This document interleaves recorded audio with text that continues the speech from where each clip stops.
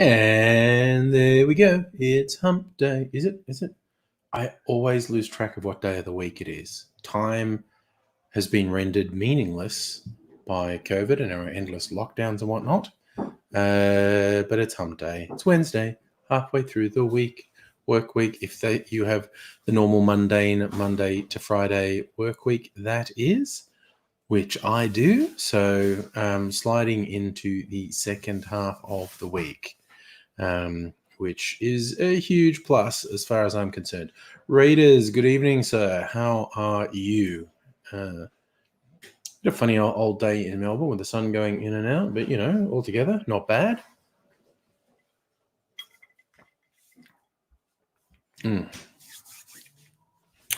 So, yeah, life continues. It's like the big news in Australia today is a doctor in Queensland who gave some people in aged care the wrong dosage of the COVID vaccine. And it's a big, all the media want to report it because it sounds sensational and whatnot. But I don't know that it's that sensational. Gecko, good morning to you, of course. Joining us from, are you still in? No, you're not in Vegas, are you? I get confused about where people are.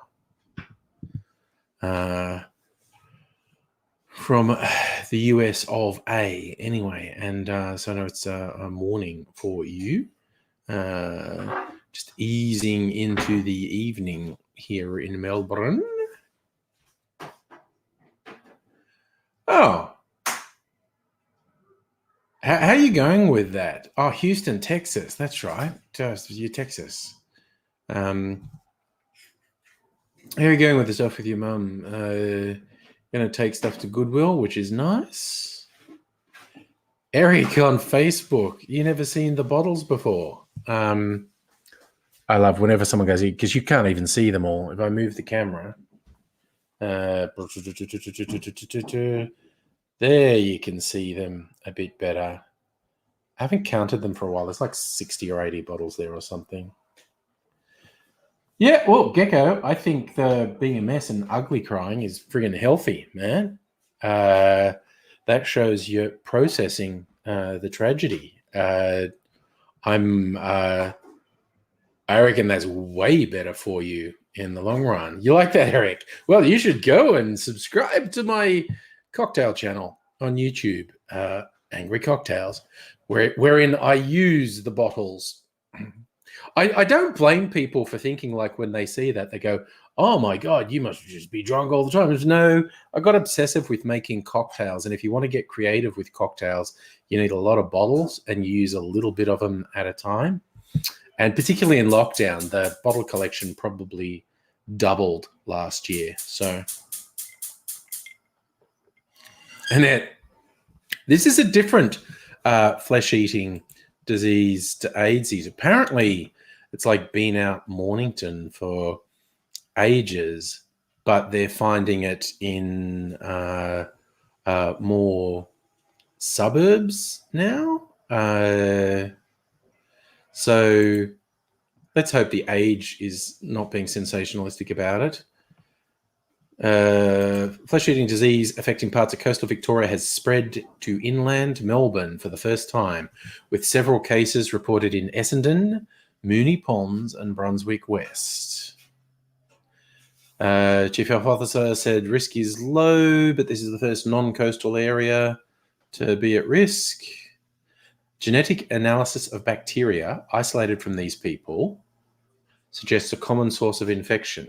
Lesions typically present as a slowly developing painless nodule or papule, which can initially be mistaken for an insect bite. This can progress to a destructive skin ulcer, which is known as Buruli ulcer or Bansdale ulcer. So it's not necrotizing fasciitis. And oh, Jesus, don't look for photos on that. It's really fucking gross. It's absolutely disgusting, the photos of that. Okay. I'm really glad I saw that.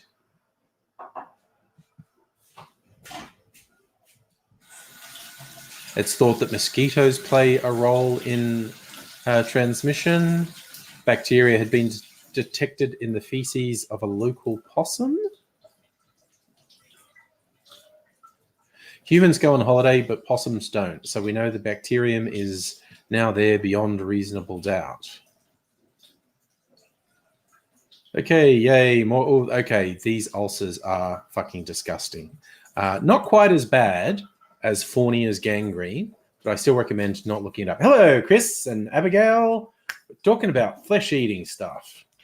I don't have it. I'm just worried because apparently it's a thing.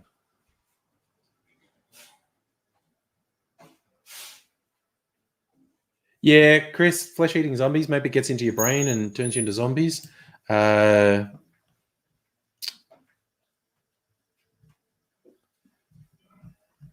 okay. So it is absolutely disgusting. Like, oh my God, the pictures. Jesus. Good God. Yeah, you don't want this thing. Ugh. Now I'm going to be really suspicious of every insect bite I have. It's like I'm going to try not to be paranoid, but these pictures are not good. Those are crusts. Saving them for the birds, unless someone likes to eat crusts. That's okay. Got the fresh bread. Oh, Abigail, if you just look on Google News, you'll find it. But the flesh-eating ulcer, I'll say it again, is Buruli, a Buruli ulcer, or Bansdale ulcer, Bairnsdale, and it's fucking disgusting. That's bad. It is very bad. Do not want. AIDzee necrotizing fasciitis, I believe, was from an ant bite. An ant with its filthy little mandibles bit him, and he scratched the bite, which let infection into his system, and it accelerated very quickly. So, yikes is appropriate, I think. Yes, Eric, 2021 is coming up with new ways to fuck us, definitely. It's not good. That's a good point, Gecko.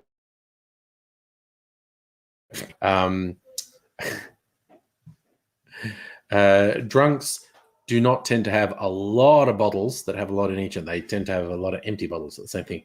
And it's not actually zombie shit. It's just an incredibly gross necrotizing ulcer. There are so many variations of it. Like, people used to be convinced, and doctors would actually say this, that whitetail spiders would give you a necrotizing fasciitis, and it's been proven they don't. But it's probably just a case of, because people always got it in the garden, they got a little spider bite, and they were probably using like fertilizers, and there was probably bacteria in the fertilizer, which then got into the bite, and it became infected, and then became necrotizing, which is super gross, is quite unpleasant. So for years, it was accepted wisdom that white-tail spider bites were necrotizing, and they're absolutely not. So, yes. Even GPs used to say that you get it from whitetail bites because people thought, I was in the garden. What spiders are in the garden? Whitetails. can bite you if you disturb them, and it just became accepted wisdom. Whitetails have a necrotizing venom, and they definitely do not. Yeah, it's just, people thought correlation equaled causation, and it didn't. The correlation was I had a spider bite, and I had a necrotizing wound, and people went, well, the spider has venom that causes the necrotizing, and that wasn't true. So, and some people still cling to that. They go, no, definitely whitetail's bad. And no, apart from the fact, if a whitetail bit you, it would be a bit ouchy and you'd get redness and swelling. Whitetails are not dangerous to humans. So, I mean, you don't want to get bitten by a whitetail because it's less than pleasant, but they absolutely do not have necrotizing venom. I actually just had this argument with someone at work this morning in a meeting that somehow came up when we were talking trivia, and then he bullshitted and sidestepped and went, oh no, there's a spider in South America that does it. And I'm like, fuck you. We were talking about whitetails in the fucking garden here, you wanker. As soon as I bloody proved you wrong, you just changed your story. But I let it go. I could have crushed him mercilessly, but he was senior, so that wouldn't have been a good idea, really. Hey, Sunbear. Ooh, saw a beautiful whitetail at work tonight. Nice. Raiders, I reckon the average wasp bite would be worse than a whitetail bite. Yes. Fox. Computers in the shop, so you're using your tablet, and you're already watching stuff on Twitch, so you're watching on Twitch. Why not, indeed? Inner Deviant, thank you for liking the shirt. This is another one of those website ones. This is not T Fury, though. This is another one I got it from, and I can't remember. But yeah, this is a nice Sailor Moon design. You got Sailor Moon and the moon and thing, and there's a cat silhouette of a cat's head doing the night sky, and you got the cat eyes as the stars. So this is actually a really nice design. Inner Deviant, it is 10 past 8 in the evening here. You can see it's still a tiny bit of light. I think we're technically past sunset, but you still got some remaining light.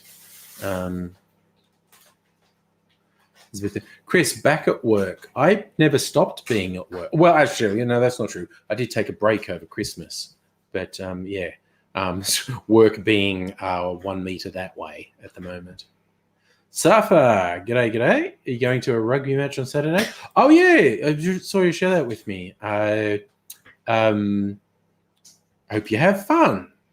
Yeah, I guess that's all there is to say. I hope it's good. It's a very long time since I've been to a sporting thing. Last thing was, it was quite a few years ago now, like at least 3 or 4 years, I think. I took Mrs. Angry's brother was visiting from England, and I took him to an Aussie rules match at the G. Safa, pink clouds outside the window. Nice. I agree, Sunbear. While unexpectedly seeing a spider can be a bit jarring, I like spiders. And although they sometimes put their webs in unfortunate places, I like golden orb spinners and the related spiders. I think St. Andrew's Cross is related to an orb spinner. They make such strong webs. Like if you ever walk into one, there's really serious resistance. Like it doesn't just break when you walk into it. But because they're reasonably large spiders, psychologically, I hate the idea of getting tangled up in their web and having a spider crawling around on my head. Even though, again, they're not dangerous. Chris, not a spider fan. That's fair. Live and let live, I say. I am not surprised it was a bit cold out in the country, Safa. It was cool in Melbourne, and it's normally when you get out, particularly if you get into the higher country, a bit cold. So the crowd capacity is less than 4,000 at the game. Bring your own seat. Sounds like it's going to be an interesting sort of casual affair. But even though that's for a football game, a small crowd, I just thought about it for a second and thinking, shit, being in a crowd of 4,000 people seems very unsettling to me all of a sudden. But yeah, I guess as vaccines roll out over the coming months, we'll be back to something approximating normal. Probably still no international travel without people quarantining, but locally we'll be able to get back into things. Eric on Facebook, you love spiders. You had 2 tarantulas crawl over your homework all the time during high school years back in the 80s. That's a bit of a thing, tarantula pets. Yeah. Oh, suffer in the regional area, crowd capacity is only 1,000 for country AFL. Okay. Some big golden orbs are massive. Oh my God. If you get the tropical ones, they're like double the size of the ones we get. They're freaking huge. Owls are pretty big, but the tropical golden orbs are freaking huge. And you see pictures of like small birds and snakes getting caught in their nest, in their web, and the spiders eat them. Eric, how are we doing with vaccine distribution? It literally just started.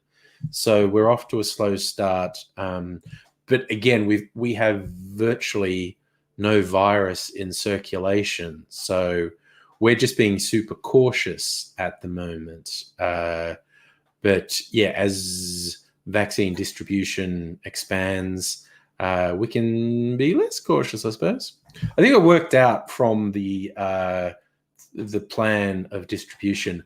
I'm not getting vaccinated till June, at least. So I don't think Australia will be in a position to like act as if things are some sort of normal until about July. I mean, we'll see how it goes, but yeah.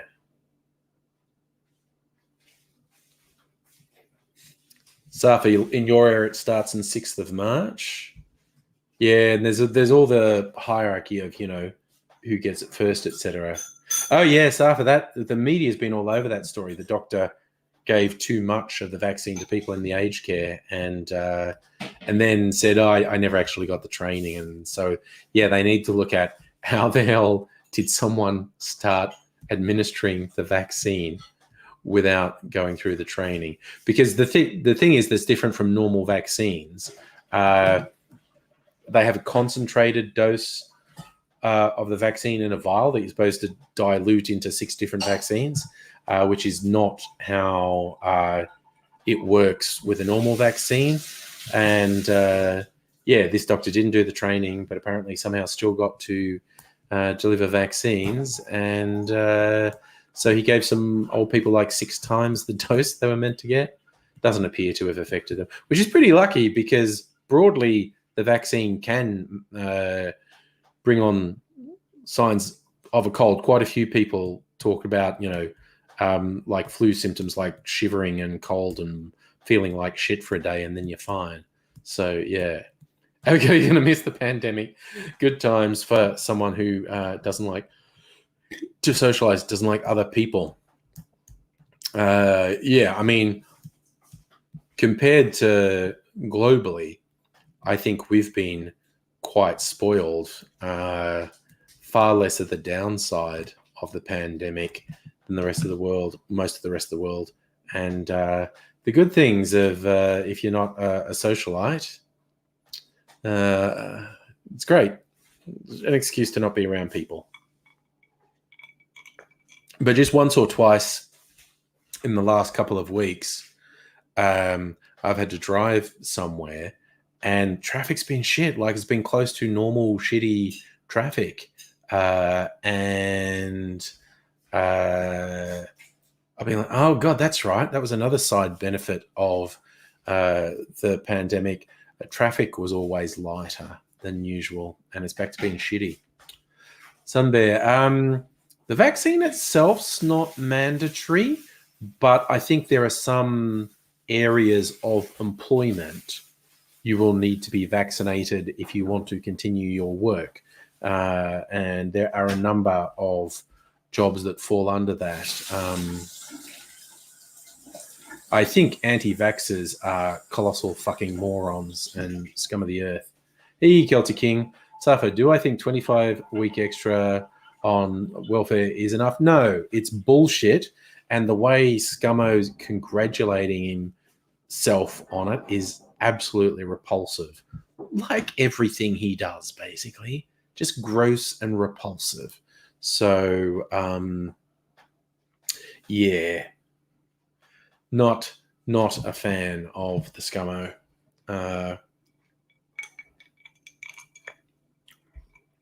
I mean, it's so far below the poverty line. It's so impossible to live on it. And the cruelty that the LNP in particular inflicts on people who are on support just horrifies me. And the spinelessness of Labor in not standing up to most of it and not really being any better, that's just pathetic.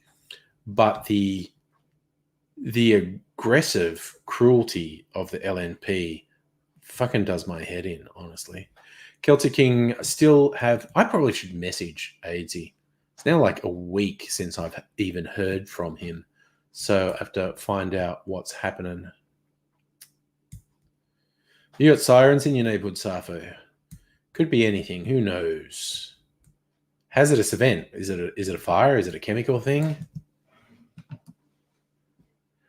I remember, yeah, every now and then, like some warehouse with illegally stored chemicals and whatnot catches on fire and all the chemicals go up and absolutely toxic clouds spread across the suburbs. And yeah, you get this warning like, stay inside, close the doors and windows. That warehouse that's on fire had illegal chemicals in it. Ooh, radioactive symbol. Holy shit. I'm going to want to know what that was about. Celtic King, why not for the 1,000,001st time express your love for AIDzee? Why not indeed? Do you think I should message him now? I'm always really hesitant to message him just because of his fucked up sleep patterns. And I'm always paranoid that, you know, he'll have gone to sleep for the first time in 3 days right at the point I fucking message him and it wakes him up. Hey, welcome back into Deviant. Oh, Safa, you must have sent me the messages on Facebook. Now I want to see them. And I have to open Facebook. Dun, dun, dun. Come on, Facebook, load you motherfucker.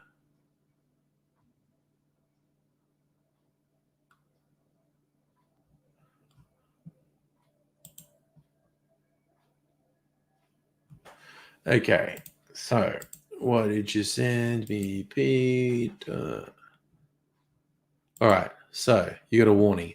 Hazardous material. Interesting. I'm going to have to wait for the news and find out what that actually is.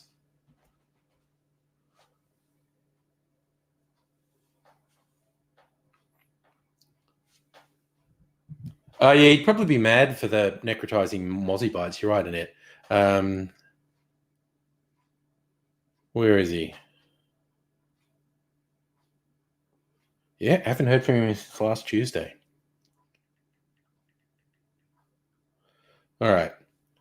Send him a brief massage, and we shall see what comes of that. Oh, no. Raiders, I did not see that Friendly Geordies snuck an Azerbaijan flag into Craig Kelly's house, which is for sale. I'm not sure Craig Kelly would have noticed that.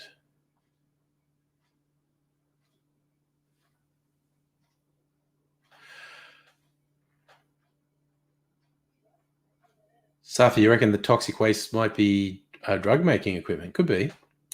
Oh, God, did they report some Ross River virus? Jesus, we have some fucked up things that we just live with. Hendra virus, Ross River. What are the other ones we have to worry about in Australia? Like, we don't have malaria, which is a plus because that kills so many people. The two that really stick out in Australia are Ross River and Hendra, and Ross River in particular. In the tropics, that's a real fucking worry. Oh, and I did see that one, Safa. Yes, a bird flu strain being found in humans, which is great. That's avian flu is one that really worries the scientific people. I was epidemiologists. I couldn't think of the right word. The science people. There's two reasons they're really worried about avian flu. Is first, because birds fly the fuck around and get everywhere. And second, they're particularly worried about it coming from chickens because of factory farming. And they keep saying to us, you really need to stop factory farming. I mean, I'm not PETA or anything, but it is really fucked for the chickens. But it's critically dangerous for humans. And it's going to fucking bite us in the ass one day. We need to stop it. Raiders, mad cows. Well, we don't have mad cow in Australia, to the best of my knowledge. Those are spongiform encephalitis. You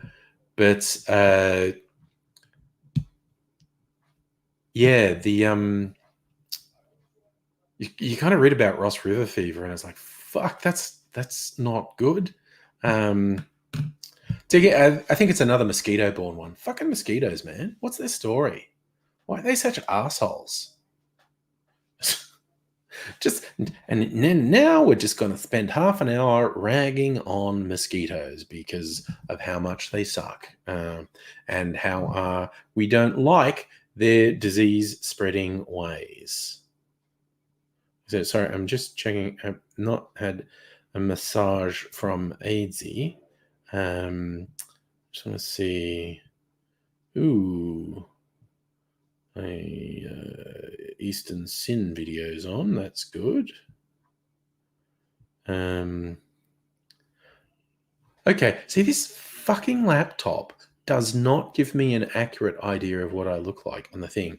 I just put it up on my phone. It looks fine. I look a bit pale, maybe. I don't know what anyone else thinks. But that's okay.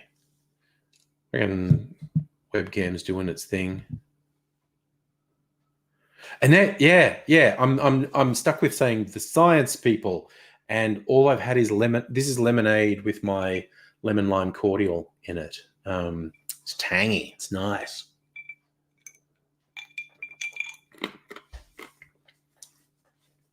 Raiders referring to News Corp journalists as mad cows. It's probably an insult to mad cows, but anyway. Yeah, big bad ads. People get a bit weirder as you go further north. The tropics do it to you and all the freaking diseases. Oh, Fox of Fate, you think AIDzee would like to give me a massage? He's all talk. Although it was absolutely hilarious. The New Year's Eve stream we did. God, it was years ago. I don't know, 5 or 6 or 7 years ago. I think it was it wasn't where AIDzee was living, but he was like crashing there. And there's this big dude, a mutual friend, Girling. He's a big guy, shaved head, and AIDzee and I doing live stream, and he just came around saying, "You need a massage," and he's got his shirt off, and he's making us take our shirts off and rubbing oil into our shoulders and back while we do the live stream. And some rando was through the stream and goes, "What's this gay shit?" And I went, "Look, if being semi-naked and having oil rubbed in my body by if I can't be semi-naked and have another semi-naked man rub oil into my body without people worrying about gay shit, I don't know what the world's coming to." Oh, Raiders, Prue McSween's just a piece of shit. Seriously, fucking garbage. And that classic horrible, backward, racist shithead who just madly asserts that they're not racist and then just randomly spouts racist shit. And because And that is literally the worst type of racist. The person with really deeply ingrained racism, who they can't see just how extremely racist their worldview is. It's absolutely ridiculous.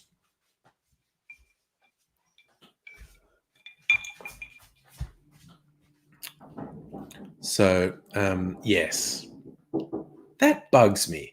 And in my book, you kind of get three types of bigot. The real serious bigot, like, who joins the Klan, or another overtly bigoted or fascist group, the one that's just out and out there, and he's posting up posters about the Jewish problem, or race mixing, that really out there racist. And then you get the ones who know they're that sort of racist, but they have this idea that they have a veneer that people can't see through, and they seem really unaware of how obvious their motivation for all the shit they say is. Like, they've clearly got the same mindset as the bigots who put the posters up, and they think we can't tell, but it's usually obvious. And then you get the Prue McSweens, where the bigotry is so ingrained and they're so self-absorbed, they actually seem to genuinely not think they're a bigot, and then they just spout this shit, and you go, what the fuck is wrong with you? It's, aren't I allowed to have an opinion? You go, opinion? Well, yeah, and you're racist as fuck. You're calling me racist just because of my opinion. I'm calling you racist because of your racist fucking opinions, yes. And yes, Sunday, there is basically no such thing as race. There's a fun book called The Invention of the White Race, because as a concept, that's relatively recent. It's only like from the last century or two. People always think, we've all gone white and black. And no, until really recently, a whole bunch of people who would now be regarded as white were regarded as being from a different and lesser race to colonial powers. It's wild. And speaking of crazy racists, Fraser Anning's gone missing. Yeah, he's hiding from the tax department, I think. I think he's actually in trouble, and he's hiding. I think he scarpered off to America, didn't he? Because, I think it's the tax department that's after him. And so he's hiding, and which you'll probably get away with. I mean, he's old. He'll be dead soon. And I think that's his thinking. He's like, I'll be dead soon. I just have to dodge them for a few years and then never worry about it. And incidentally, I don't know if anyone who was here last night remembers me wondering if my nice ice was going to come out of the thing I'd frozen it in. And I suddenly got a reminder. It didn't unfreeze at all last night, but it did today. And I got a reminder of why I don't use that one. Because I thought, did it have a problem? Yeah, it somehow goes in a little at the top and the ice won't come out. So I have to let it melt quite a bit for it to get out. But I did get a big bit. We'll see if you can see. I've got a big bit of clear ice. So I would have to temper a bit for you to see how clear it is. Look, it's like a huge butt plug of really clear ice, but it's a bit frosty, and I'd have to temper a bit for that surface frost to go off, so you can see it's actually really clear. So maybe it was worth it. Maybe it was worth it, because I've got a big bit of ice. Like, I can do 2 drinks with that. Cut that in half. Put that in. Or one, like, tall one in the Collins glass or something.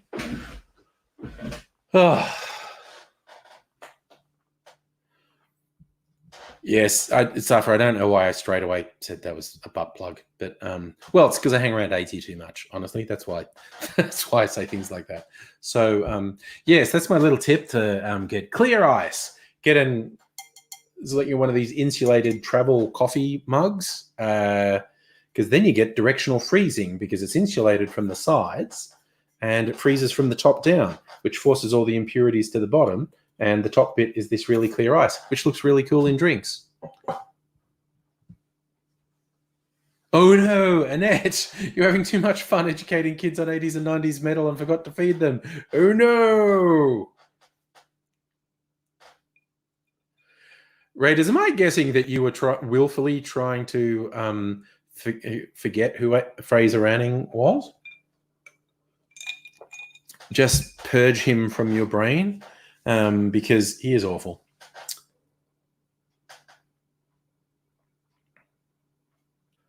Oh, that's right, Ads. He actually talked about a final solution, because Fraser Anning is actually a literal Nazi. He is a advocate of Nazi ideology and hangs out with other overt Nazis. By that I mean people with swastika tattoos, people who won't take their shirts off while they're talking to the media because they've got swastika tattoos. Barnaby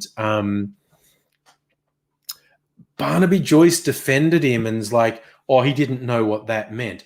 And there's a tiny, tiny, tiny chance that might have been true in some case. Oh, no, Raiders, you actually truly forgot. Okay. I thought maybe you were just trying to purge Fraser fucking Anning from your brain because he is awful. Yeah, and the Egg Boy got in, which was fucking hilarious. And then his Nazi thugs beat up Egg Boy. So, yeah, no, Fraser Anning, actual Nazi. And then he made some other statements. So again, it was clearly he was quoting Nazi ideology. And it's just like, even Jesus, when not Barnaby Joyce, who was I thinking? Bob Catter. When Bob Catter decides he has to drop you, yes, he was victim blaming with the Christchurch mosque massacre. He said it was the fault of the people who got shot for existing, basically. Yeah, Raiders, that kid, I was like, I think he was 16. He's very young. He just went to Fraser Anning having this rally. And he walked up and he's recording it for TikTok or whatever. And just you see him walking up and he goes, yeah, I've got it framed up. And he's got this egg and he just like spats it on the back of Fraser Anning's head. And then Anning punched him and a bunch of Nazis tackled him. And I do think Bob Catter is a bit gullible. Yes. Bob Catter is a fucking weird unit because a lot of the time I think he's like genuinely concerned for who he believes his constituents are, like far more than a lot of politicians having genuine concern for who he sees as his constituents. But I think it's the Troppo thing. Every now and then his brain just disconnects and he'll say or do something and you go, fucking what? What the fuck was that? What the fuck was that? I almost feel like, I actually think he's a bit far gone. Almost feel like you could sit Bob Catter down and go, Bob, buddy, how's it going? And actually, say, look, I recognize you have genuine concern for who you see as your constituents, but then it's like, yeah, him and the Crocs, and at that one where he just randomly, when we're talking about marriage equality, goes, oh yeah, let love bloom in a million different ways. Oh, and then he just flipped like a demon possessed him and his voice changed. But someone's torn apart by crocodiles every week in Queensland, which is weird because it's not even true. Like crocodile attacks they happen, but they're really rare. It was just so weird. The whole crocodile thing was very weird. So no, Celtic King, we do not need an angry Aussie week or day. It's we go away. Oh, God, you got a better memory than me, Fox. I made the Egg Boy flip cocktail from that. Yeah. Because, yeah, that is a traditional style of cocktail with a whole egg in it. known as a flip, which I rarely make. I don't know, except they tend to be really nice. Like they like cakey because, of course, you put egg in cake. You shake a whole egg in a cocktail really hard, and you get this really rich result in the end. What was that, Safa? Kata made an objection to a question about an earlier question, and the speaker denounced him. I missed that. Oh my god, Kata is such a weirdie. Oh, okay. And you got a tale about Kata, but you don't want to bring it online because it involves people Good, fair call. Fair call. And yes, actually, Raiders, 80s, 90s metal sounds like far more beneficial topic than far-right nut jobs. What was I listening to at school? Because I was country boy, bit of a bogan. The metal I was listening to at school was stuff like Judas Priest and Iron Maiden, like fairly mainstream stuff. Iron Maiden had some top 40 things even. I was not into really fringe stuff. But yeah, that classic Number of the Beast era of Iron Maiden, I was really into that. Oh, Christ, Van Halen, that's like hair metal. That is very mainstream. And Twisted Sister, yeah, the hair metal from the 80s. Then you get like Bon Jovi and Journey and Wasp and Rat. And man, the fucking hair on those bands, honestly.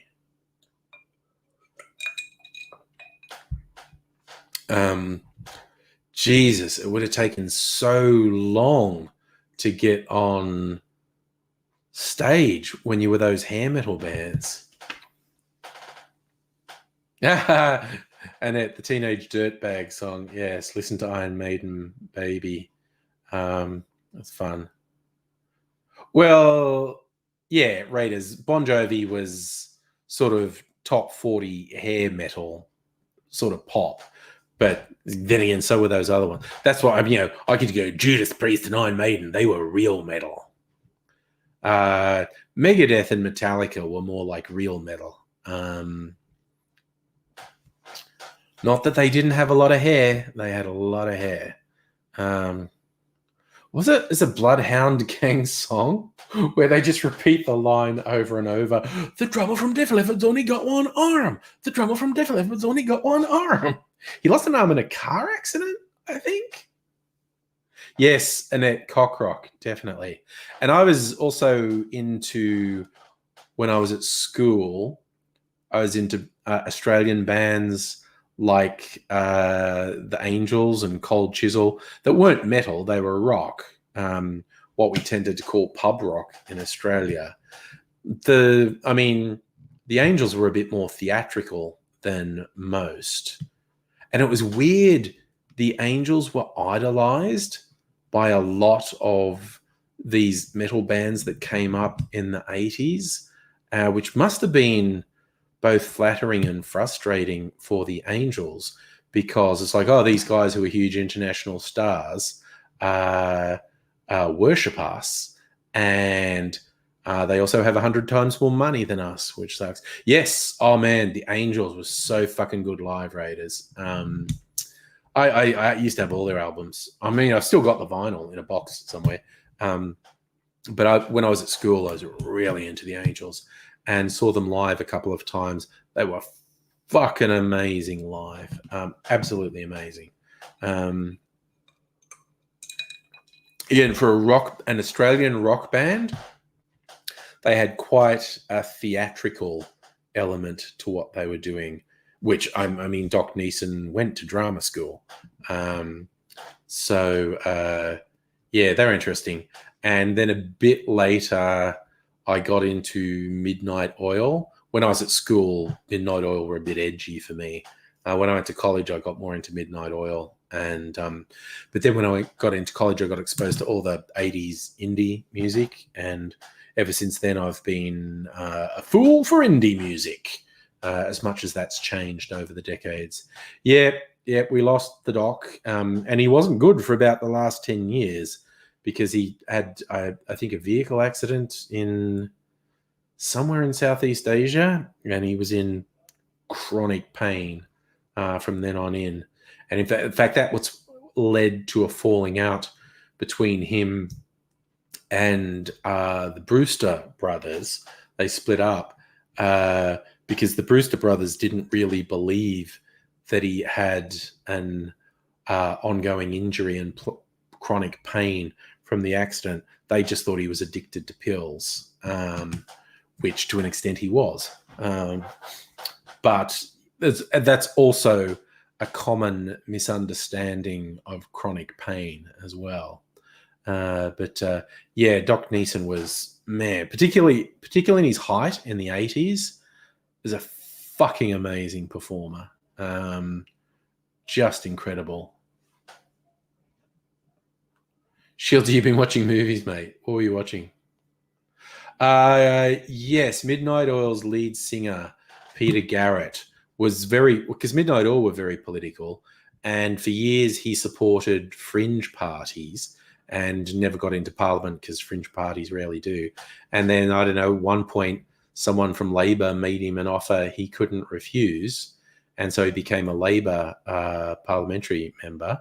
And he was one of, I think, about 4 people who said they would resign if Julia Gillard got offed in a leadership thing. And she did get offed and he did resign. And all the people who said they would resign were. And Labor really lost some of their best opportunities for the future when they did that. I forget the other guy's name, but there was this other guy who seemed to be like a really good politician, really good Labor politician, and he quit, which again shows he had principle, which people like Shorten and Albanese seem sorely fucking lacking in. So there were a number of things very wrong with getting rid of Julia Gillard as leader, for which I will never forgive Kevin Rudd, fucking narcissistic piece of shit. Alexander, you went to high school with his daughter. Weird kid. Well, it would have been a weird life. Radio like Blue Sky Mining. I first got into them with the Red Sails in the Sunset album, which came after 10 to 1. A lot of people think 10 to 1 is their best album. But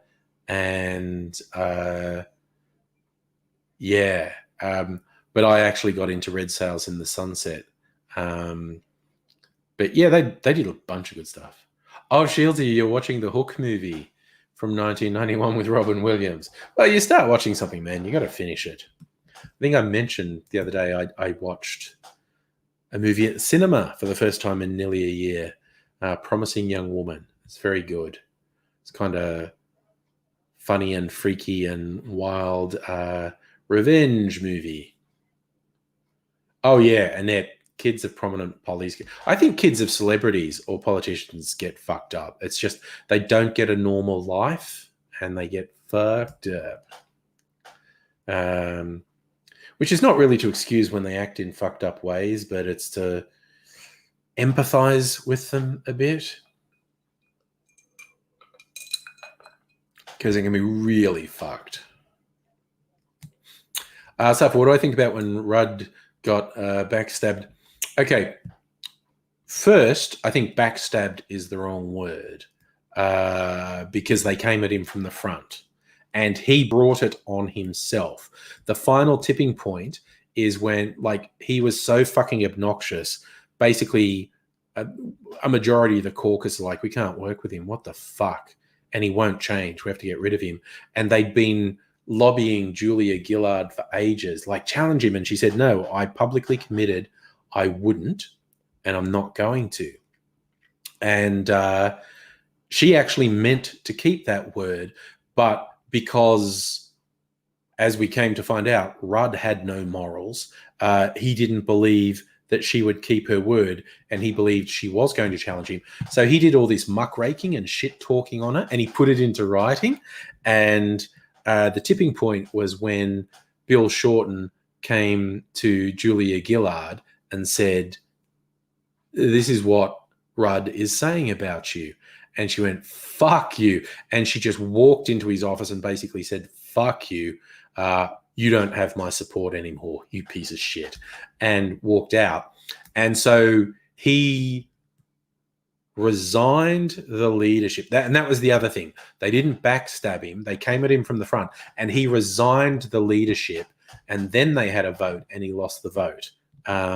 What he did after that was unforgivable. Now, I still think the challenge to Rudd's leadership while he was sitting Prime Minister was probably wrong. But it really does seem like he made it impossible to work with him. Oh, Christ, no, Turnbull got backstabbed. Turnbull was fucking weak as piss, and the Liberal Party was eating itself, and the right wing of the Liberal Party fucking hated him. What happened to Turnbull was completely different. The right wing of the Liberal Party are just a bunch of psychos who couldn't stand him being leader. Rudd himself made it impossible to work with him. I think it was probably the wrong thing, but, I wasn't there on the inside. I didn't know how hard he was to work with. But letting Rudd snipe from the back benches and undermine Gillard and basically just be a total piece of shit, that was unforgivable. And that's actually one of the reasons I hate Bill Shorten, because he was instrumental in both. And fuck that guy.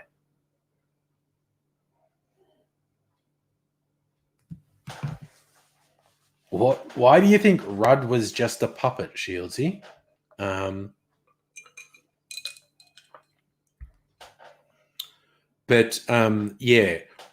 think Rudd had all the makings of a good Prime Minister to possibly a very good Prime Minister, but his kind of obsessive nature, and apparently he just didn't sleep, which made him grumpy and angry, and he's always shouting and screaming at people, just meant he never reached his potential, and people couldn't work with him. So I don't know if there was another solution to someone self-destructing the way Rudd self-destructed. But they should not have let him carry on the way he did from the back benches. People should have been openly standing up to him and saying, shut the fuck up. Who's more tragic, Whitlam or Rudd? Rudd's not tragic. Rudd self-sabotage. I don't even know that Whitlam's tragic. Whitlam was almost Shakespearean in terms of his fall, and his fatal flaw was ego. It was absolutely ego. If Whitlam could have kept his ego in check, things might have been different. Yeah, that was the thing. Abigail, Rudd was a workaholic, expected everyone else around him to do the same. But it was very telling in a very early stage of his prime ministership. His staff talked about how he doesn't sleep and it makes him really grumpy. And that's a very big mistake. Basically, Rudd just evolved into an angry, narcissistic piece of shit. Hellion, hello, Kirsten. Ooh, Kirsten, I got an exciting email from Starwood today. They've got some limited edition whiskies, which are really expensive. I'm still tempted to get them, though. So, because they're 55% as well. Fuck me, I reckon they're good.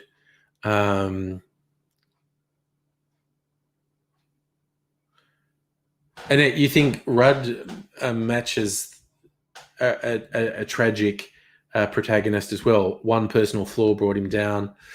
I don't know if he only had one, basically. And I can't help thinking being a complete piece of shit is not a character flaw.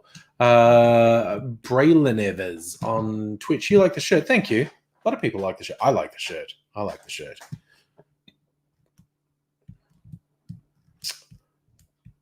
Safa, I don't believe Rudd has a vendetta against Murdoch. I believe everything he says about Murdoch is true.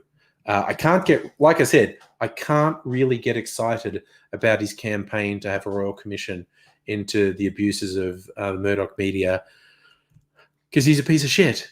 And he did shitty things that I don't think he deserves to be forgiven for because he still plays the victim, and fuck that.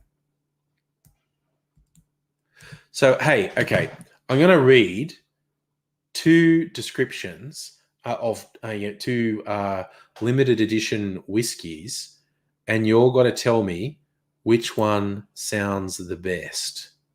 Because I don't think I can. Well, I could afford to get two. I don't know that I should. Fuck me, it's sold out. Oh wow, that takes the pressure off. 300 bottles sold out in less than a day. Wow, that really takes the pressure off. Ah, okay. See, okay, that's worked. The Mesquite one is limited to 660 bottles, and they still got some. And because the other one sold out, now I want to get this. Jesus. So the Silquint. How do we get on to Elon Musk? I was asking, what do I think of Bezos or Elon Musk? They're both fucking evil, basically, because they both profit massively off exploiting other people. If you want to be a billionaire and not have me think you're evil, then you need to not be exploiting people. The wealth generated by Amazon and Musk's various ventures rest extremely heavily on the exploitation of a huge number of, and I mean like brutal exploitation that is very hard to discern from slavery. So both of them fucking suck. So anyway, I want to read this description. This is the Mesquite smoked malt. So it's a smoked whiskey, not peat like Scottish, smoked with mesquite. So they say distinctive mesquite smoke aromas are balanced by citrus fruits on the nose. This whiskey offers this and more on the palate with abundant orchard fruit characters up front, followed by the intensity of the smoke. Balancing the dry and sweetness, this is a Starward whiskey not to miss. Aromatics of fruit and smoke, orange rind, milk chocolate, and distinctive mesquite smoke. An abundance of fruit on the front palate, yellow peaches and orange before the intensity of the smoked malt passes through, a drying finish with a balanced sweetness, thanks to the Apera fortified wine barrels. Apera is Australian port. No, wait. It's... What is... God, it's not port. Fuck. It's because they're not allowed to call it that anymore. It's brain not work. Sherry. It's sherry barrels. Braylon, is there a person in the tax bracket who I do like? I honestly, there are a bunch of billionaires. I have no idea who they are. I mean, you know, some of them like Mark Cuban got there from pure luck by someone buying something off him. And like he probably has cleaner hands than a lot of them, but I don't know enough about the array of billionaires to do it. But basically, I find it very hard to conceive of someone amassing that scale of wealth without being an absolute fucking piece of shit. How do I feel about Elon Musk wanting to make commercial space travel? Oh, you mean the slave thing? The indentured servitude? Is that what we're asking about with Elon Musk? Because Elon Musk is a fucking psychopath who just thinks telling people about being indentured servants is awesome. Shieldsy, Labour needs to get new blood. Oh, abso-fucking-lutely, man. Labour needs new blood. I had so much hope for Albanese, but he's fucking hopeless. And yes, and I also agree with you. The Greens are too dysfunctional to be a major party. I think you can get some good out of them, but they seem to always be on the edge of self-destructing. Silquent space generally, hey, you know, whatever. We get a lot of advances in science that are hard to quantify just from exploration. And if you're going to milk some other rich people of a couple $1 million with space tourism. Ugh. I was thinking of that bizarre thing when he said, yes, you could travel to Mars and pay for your passage there by working when you got there. It's like fucking indentured servitude. And he just blithely says it. Jesus, he's a piece of shit. Braylon Evers, what's a good bourbon for the price? That is completely dependent on where you live, because it's radically different depending where you live. The Silkwood, to pineapple belong on pizza? Man, if that's your thing, I don't usually order pineapple on a pizza. I'm not averse to it, like ham and pineapple on a pizza. Fine. It's not what I'd usually order. But I know it's like a joke thing to say pineapples on pizza, but I don't know. Let people do their thing, basically. As long as someone's not going to force it on me, then although it depends. Oh, Braylon Nevers, if you want to learn about bourbons and whiskeys generally, and because you went with bourbon, that actually, I could be wrong, but that makes me think you're in the US. There's a YouTube channel called The Whiskey Tribe. Very entertaining, but also incredibly knowledgeable. And they do a lot of sort of reviews and assessment of, highest quality, affordable whiskeys and all that sort of thing. So that would be my advice to you. Check out The Whiskey Tribe because they love what they do. Yeah, Shields, you like pineapple and ham on pizza? Yeah. Or even just in a sandwich, I reckon. Yes. I like that, Abigail. Definition of pizza includes pineapple. It's just weird circle bread otherwise. Enjoy your weird circle bread, user. I love, why is it always people on Twitch who come in with questions like this, which I love? And Mr. Gonzo, I am doing well, man. I hope you are too. Something I'm supposed to like based on societal standard that just bothers me. Okay, I tell you what, like, it's gone dark. I don't know if you can still see all my bottles. People are always amazed at the bottle.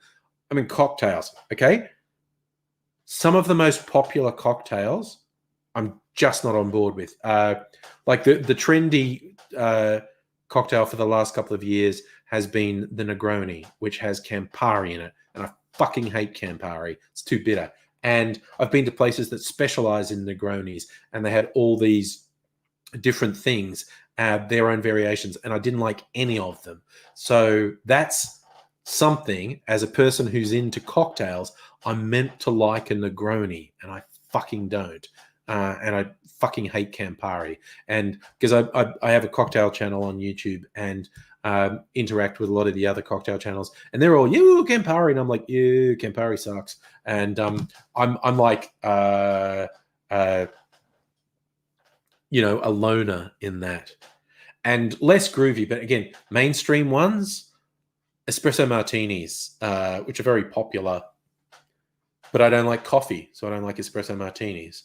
Moscow Mules, ginger beer. I don't like ginger beer. So there's like 3 really popular cocktails that I just don't like.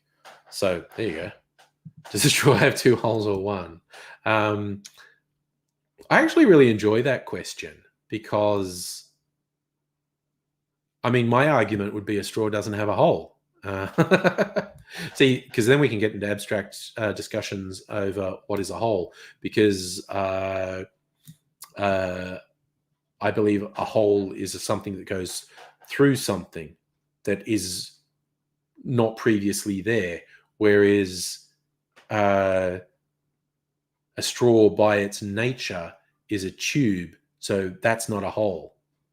So there. Is that a twist answer? Safa, well, here's the thing. I'm saying I don't like Negronis is almost the opposite of being a cocktail snob. I'm a cocktail snob when it comes to vodka, actually, and if people use shitty ingredients. So I actually am a cocktail snob. Silken, see, we can have a metaphysical discussion on the nature of holes. I do not believe straws have a hole because I think a hole is something that punctures something, but the very nature of a straw is it's a tube. That's not a hole going through it. That is a tube. If you punched a hole from the side, that would be a hole in the straw, and then the straw wouldn't work. So I believe we have a fundamental difference of opinion on the essence of what constitutes a hole. I was going to put a your mum joke in there at that point. But anyway. Kirsten, husband called just as you jumped on the stream. Oh, the Starwood release.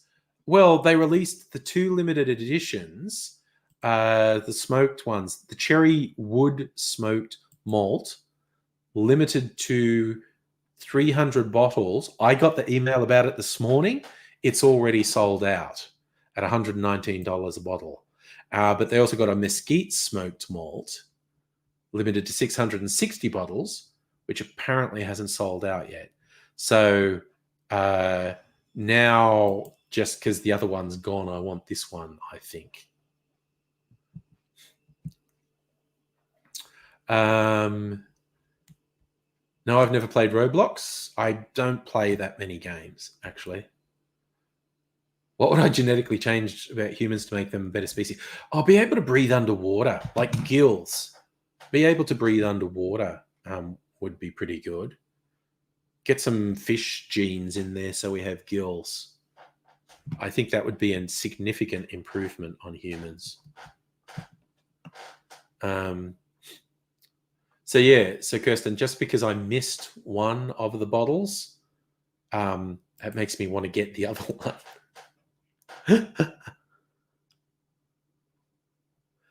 The whiskey nerds have descended on Starwood. And so 300 bottles, you'd know this, Kirsten. How many barrels would that have been? Is that just one barrel? I don't know how many bottles come out of a barrel. Kirsten, for those who don't know, is our resident distilling expert, and defer to her on those things. So what was I doing when I felt most passionate and alive? Sex? Which is possibly a weak answer. I don't know. But yeah, that's what springs to mind immediately.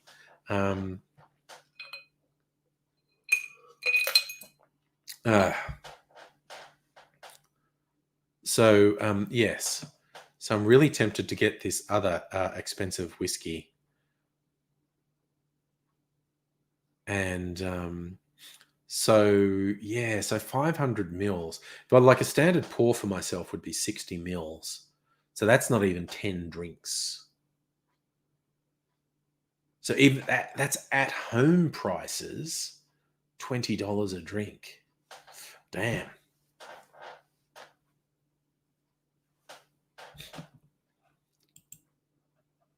I don't... Shieldsy, the bottle's only 500 mils. That's another thing. This is quite expensive. 500 mils for $120. That's really quite expensive. That's like literally twice as expensive as their entry-level whiskey, the twofold, which is really nice. It's a good entry-level whiskey, that one.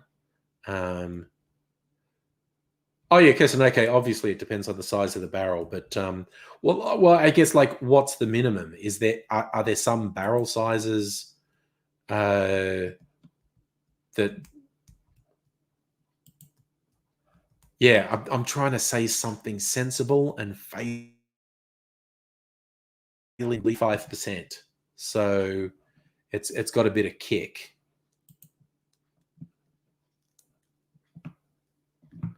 Both of these limited edition ones were 55%. Locust Trooper, flesh-eating disease. It's something that's possibly transmitted by mosquitoes. It's a sort of ulcer, and we looked it up before, and it's gross. The photos are really gross. You know, these things that look like an insect bite, and then it doesn't heal, and then you get a big fucking hole there, and it's all this pus. Oh, it's disgusting. It's absolutely disgusting. And they're finding it in areas of Melbourne where they haven't found it before. Apparently, on the coast, they've had it forever, but they're just noting it showing up in some of the inland things.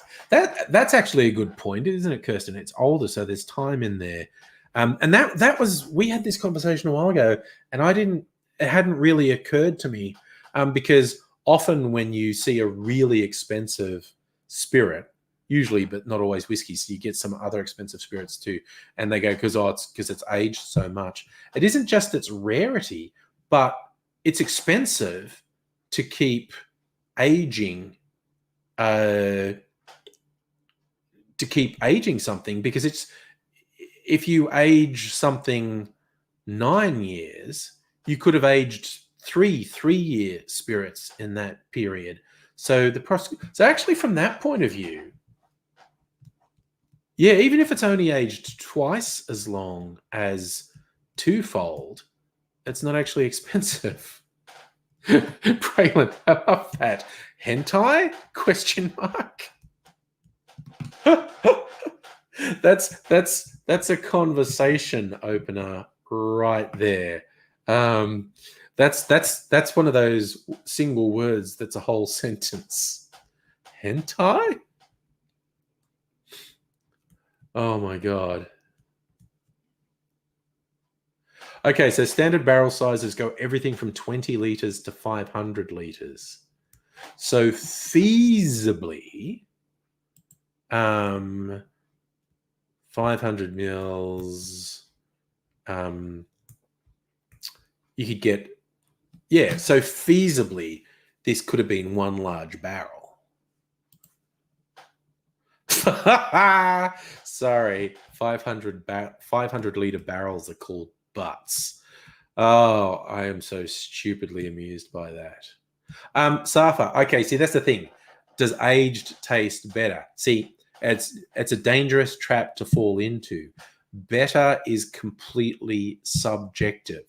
Age changes the taste. Whether it makes it better is a thing of personal taste. Anyone who tells you that, say, a 10-year-old whiskey or a 10-year-old rum is by definition better than a 5-year-old whiskey or a 5-year-old rum is talking shit. Kirsten, stop.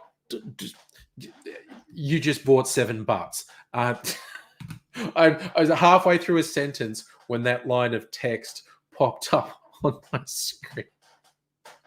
So hard to keep talking. So many butt jokes.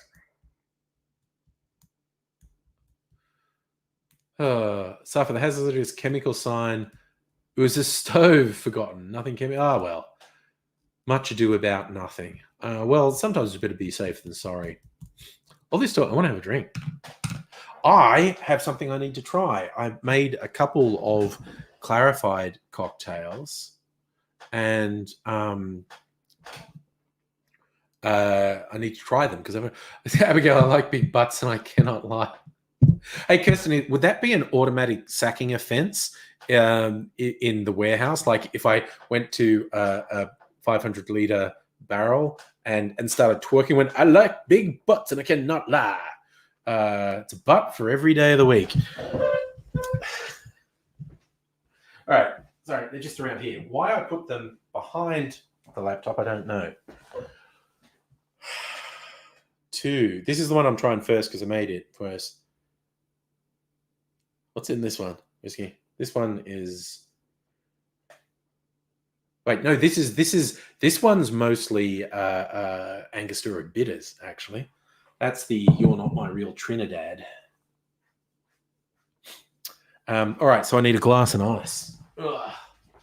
Get the glass. Get some ice. Do. Get a fresh cube of ice. Won't use the good ice. I'll use regular ice.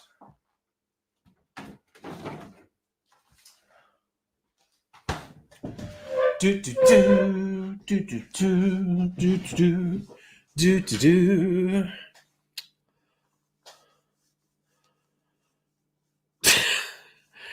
Braylon, you're trying to share something about chimpanzees. Shieldsy, Mrs. Angry is always telling me to label things, and I'm like, I'll remember, and then I never do. No, this is based on the video that has just gone live on my cocktail channel, the Eastern Sin. This has scotch, and it has what else was in it? It had vermouth and a few other things. Kirsten, you've said I like big butts about 100 times and you're still employed. Oh, good. That's good to know. Phlegm. Oh, I've got the Rona. Oh, really? A little bit of ASMR with the cork. Ooh, whoa, ice cracking.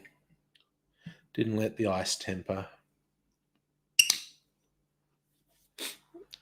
But that's okay. If it was my clear ice, I'd want to temper it so it didn't crack. But, oh my God, that's a beautiful drink. I should have used my good ice. It looks cool. I need to do some more clarified cocktail videos on my channel, I think. Cheers, Braylon. Cheers, you all. Kirsten, your sensory analyst name is Fish. The butts are for fish. They're fish's butts. Oh, dear. Oh, dear, oh, dear, oh, dear.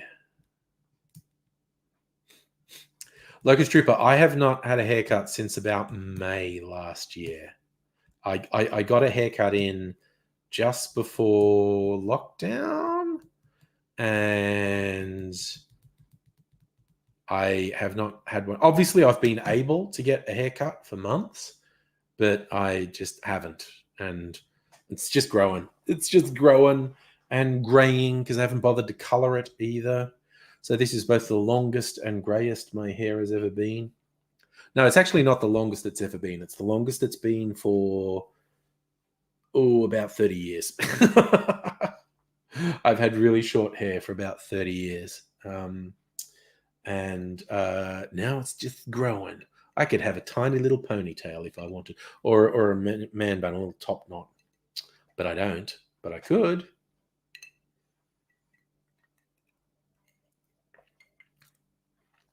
Fuck yeah. I thought this one was going to be sweet because I wanted to add some more stuff to it. Oh, and there's the fucking scotch. And I think did I put some mezcal in that to make it smoky? I don't remember. But it's got scotch. There's a little smoke late on the palate. And I wanted to make a bit more volume. And so I added Drambuie, which is a scotch-based liqueur, which is sweet.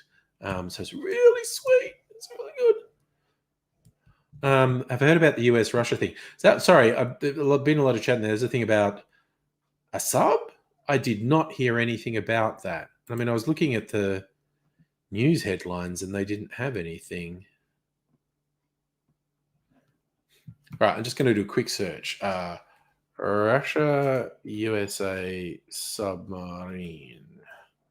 See what comes up.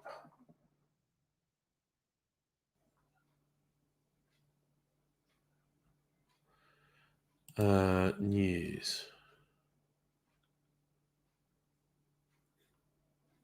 There is no news about anything, so I'm not sure what you're referencing.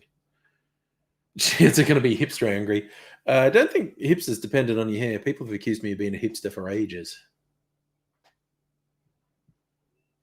Braylon, are you getting these from a book? I don't think there's anything that you can define that what connects people. Sometimes the connection between people's incredibly obvious. A shared history, a shared passion, a shared outlook. And sometimes it's absolutely inexplicable. There are no simple answers to relationships. But oral sex is right up there in terms of making relationships work. So just throwing it out there. Not looking for any, by the way. Just saying.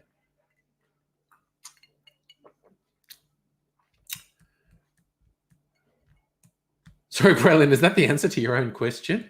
A good whiskey? See, a lot of people don't like whiskey. Oh, yeah, Jesus, Locust Trooper, never trust anything you see on Facebook. When you see something that seems really big or outrageous, you've got to look at the source. And then you've got to find corroborating sources. If you can't find a credible source, it's not going to be true. The big tip, and this is something, and I've fallen into this myself repeatedly, the big warning sign of news, particularly shared on social media, but sometimes by major media outlets, the very first warning sign that you should look into it more is if it provokes a strong emotional reaction in you, either positive or negative. Like if the story makes you super angry, that's a warning sign that you should check it out, because sometimes they deliberately frame stories in a way to make you angry. If a story fits just perfectly into your worldview and it makes you happy, yeah, I knew it. Yeah, that's a harder one to restrain yourself from, but it's often a warning sign. Or if a story really scares you, like, this is my worst nightmare, Russia and the US going to war, and as an example. And again, I wanted to really check this thing about the bloody flesh-eating ulcers, but it's actually it's not outrageous. It's a thing that's been around for quite a long time. It's just been found in different suburbs now. Shilty 7, you say the mullet hairstyle is back big time. I'm not going to go out on a limb and say I'm definitely not getting a mullet. I feel confident in saying I'm probably not going to get a mullet. I don't want to get a mullet, but it's just long at the moment. God damn, this is good. Oh, I love it when a clarified drink just works. Oh, and it just goes, it's got this sort of fruity sweetness up front, and then it tails off, and there's just this little bit of smokiness, like, almost like barbecue smoke as it goes down, and that's from the scotch. God damn, it's good. That's fair, Chris. Your girlfriend been cutting your hair since pandemic? Mrs. Angry had cut my hair if I asked her to, but let's see. Oh, Annette, it's the original mullets. Jesus, you see some of the pictures from the 70s. Mother of God. They're just so much hair. And the fact that they're so often accompanied by this great big bushy mustache as well is just wild. But yeah, there's a lot of sartorial crimes committed in the 70s. Yes, in a deviant Tennessee top hat. Yes. Hey, Braylon, going to bed. Thanks for dropping in. Yes, Chris, business up front, party in the back. I had like a mullet hawk in the late 80s, as when I grew my hair long. And I used to always have it, well, you know what I've had on YouTube all these years, sort of spiky on the top and short around the sides, except I'd grown it really long at the back. And then I did like the mullet style and spiky ears. So it was like a mullet hawk. Lucas Trooper, I did 15 appointments for your new tutoring business. Excellent, man. Get into it. Get into it. Get busy.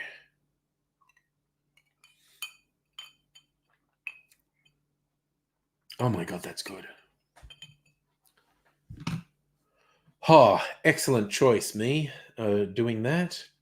Now I'm really intrigued on this one, because this one's mostly Angostura bitters, and actually also an Amaro, which is also bitter. And I took a risk. It's got sweet stuff to balance it, and the clarifying usually takes the edge off the flavor. I'm very intrigued to what it's going to be, though. Abigail, there's a song by the Descendants called Ape Trait. It's all about mullets and their various names. Nice. Ape Drape. I've not actually heard that one before. Yes. Shieldzy, what are people in the US with John Farnham? So many videos of them watching his concert from the 80s, 90s. I don't know, man. That was not one I was familiar with.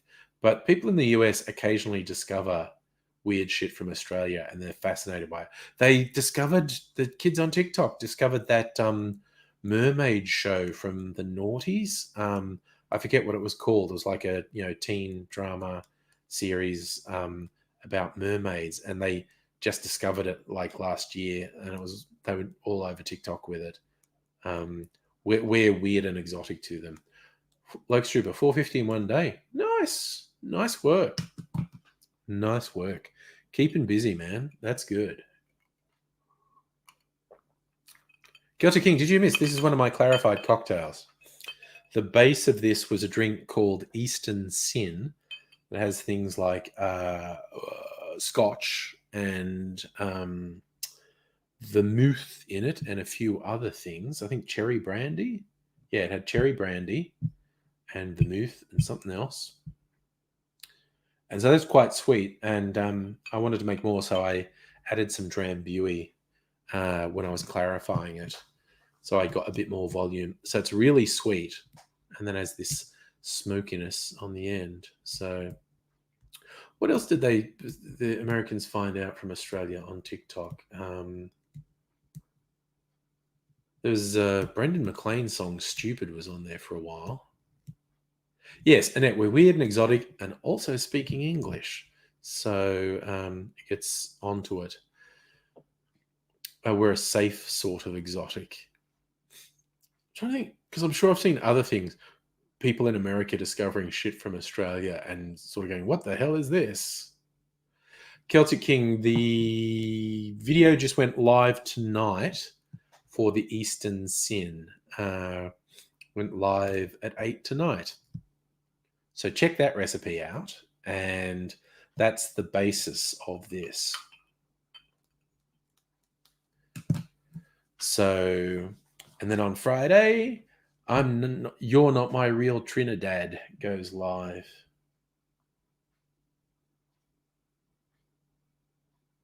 And that's what this is based on. That's Angostura bitters and a lot of fruit flavors like coconut and pineapple and lime juice.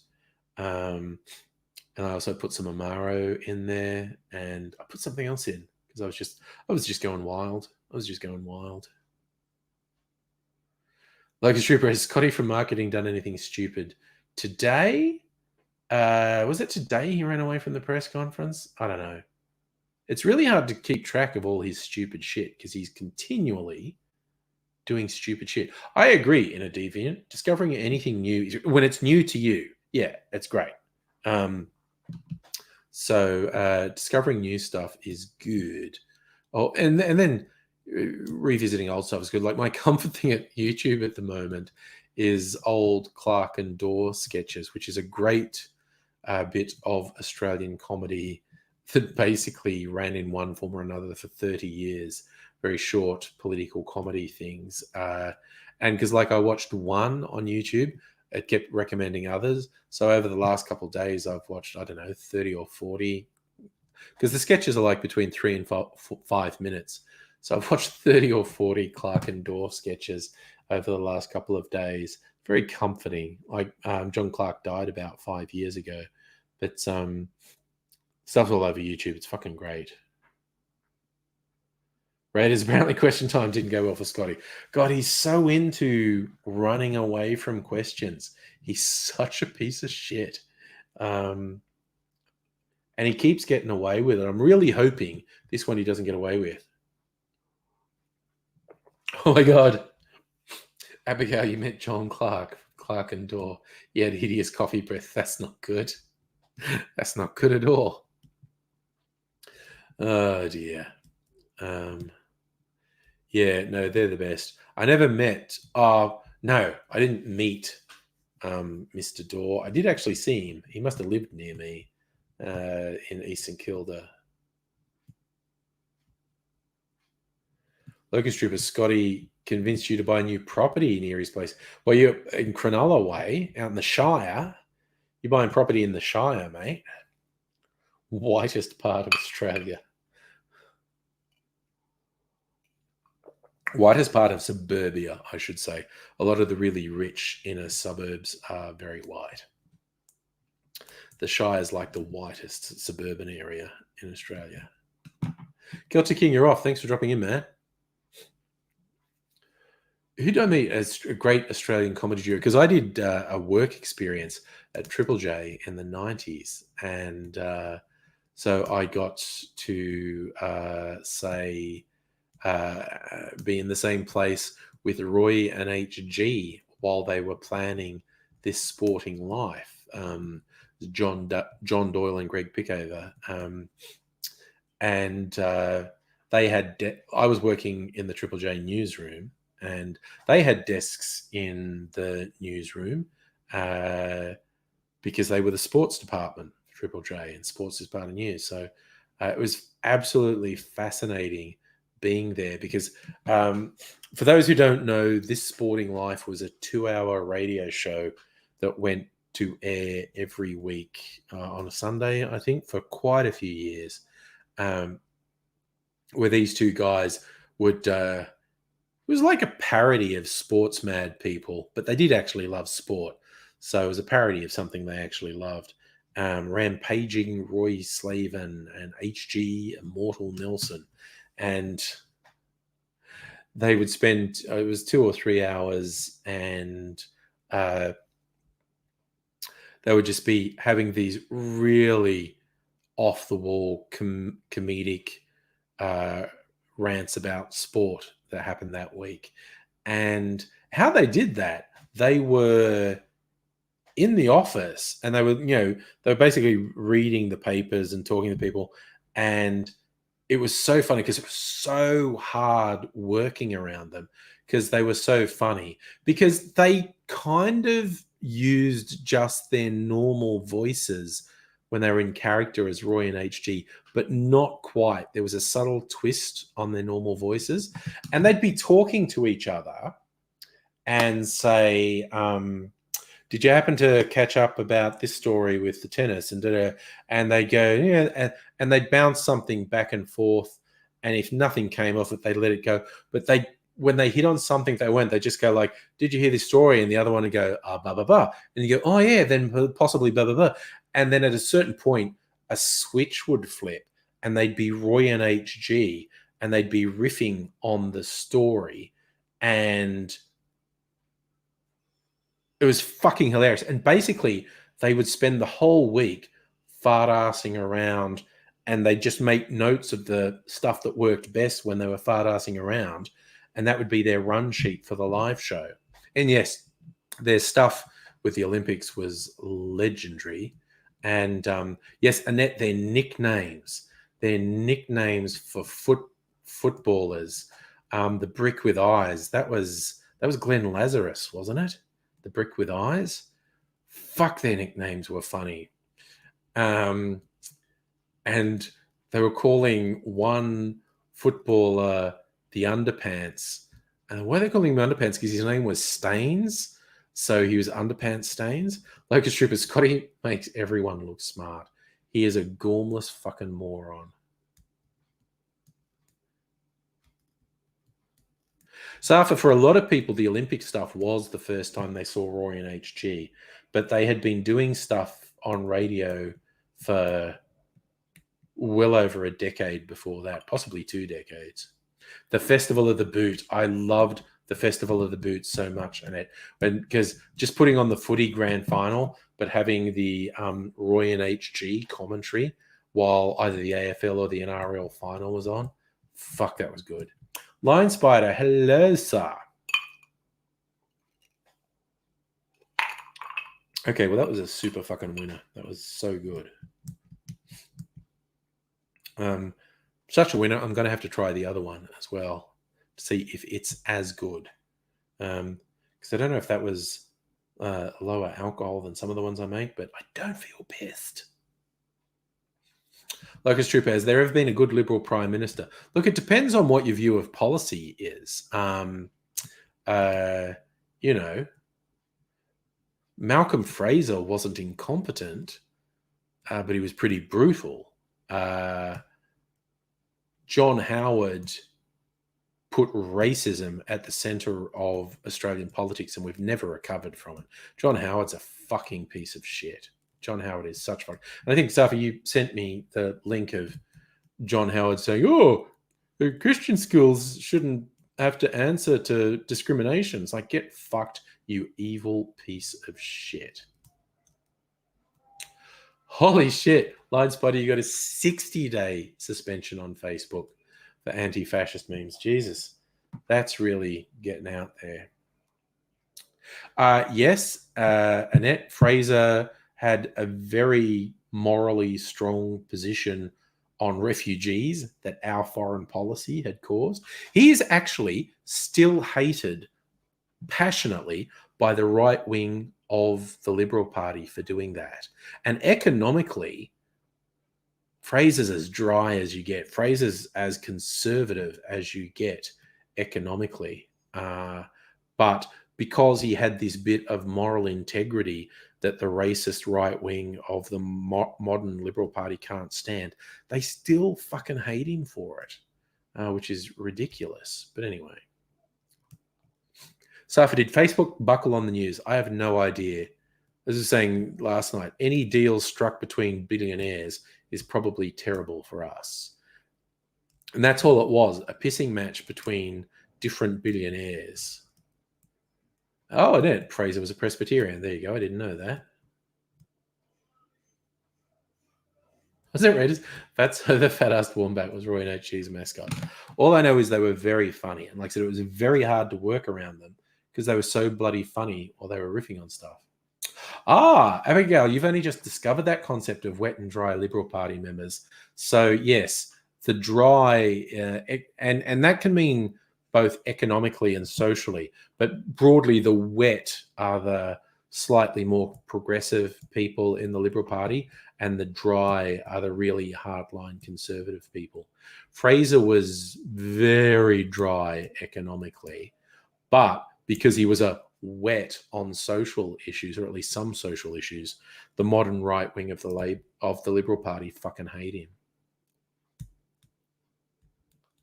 So, yeah. Lines by the meme example, Hitler's arm out saluting. Has anyone seen Donald is this tall? There was an absolutely outrageous animated series from the UK from, God, years back now, 5 years, called Bromwell High. And there's only like one season or maybe 2 seasons of it. I thought it was fucking hilarious. So this, inner city London school, Jesus Christ, stove just started making a really loud noise, which the microphone is probably not picking up, but it's way too annoying for me to leave it. Then it went much quieter. It knew I was coming to get it. All right, I've just got to get it. It's too distracting. I got to get it. Stop it. God damn it. Well, okay, now I'm up. I'm going to get a fresh thing of ice because I'm up. Put that in there. Get a fresh thing of ice and try my other drink.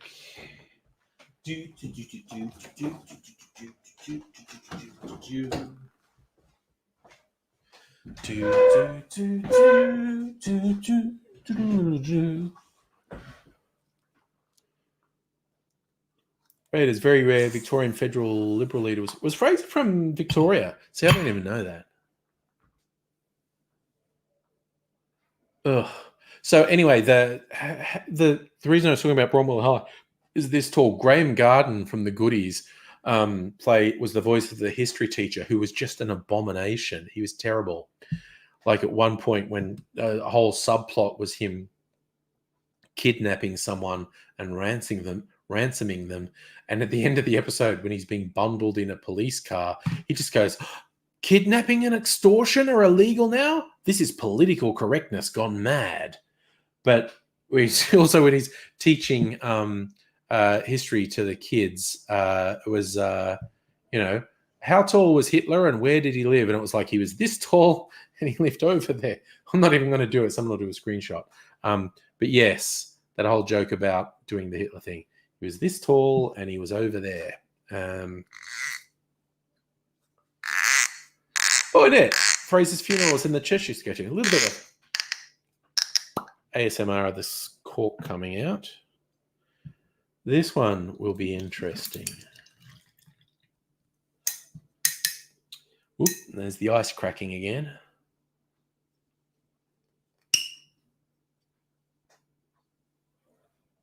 I should put a bit more in.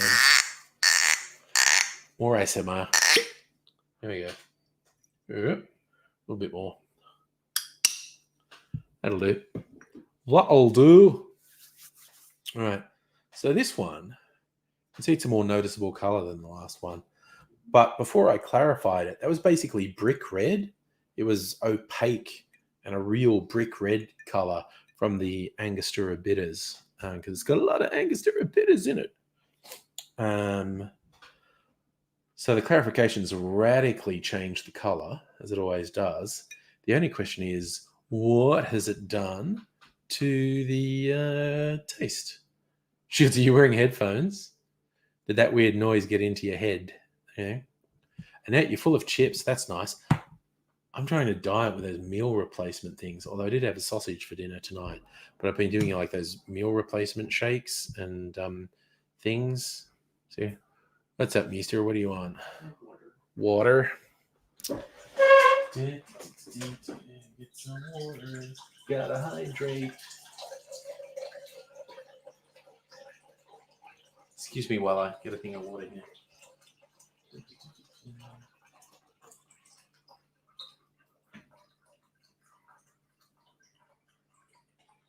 Now we are blessed with a fridge that dispenses water. There you go. So yes, it's the recent breakthrough in the household. It's not plumbed in. There's a little reservoir you've got to remember to fill up. Kirsten, the cork pop makes your teeth fuzzy. Nice. Because you're wearing headphones. Yes, I thought it'd be pretty intense with headphones.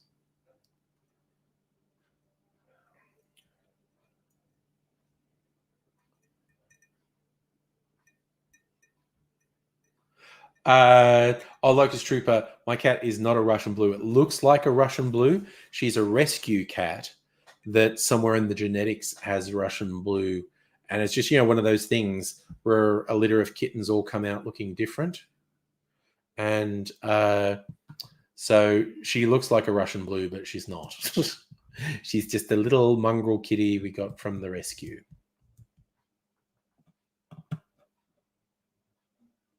Nate, you got stuff delivered for the kids. Ellie fell asleep before they arrived, so you've eaten the chips. That's why you're full of chips. Okay, I got it.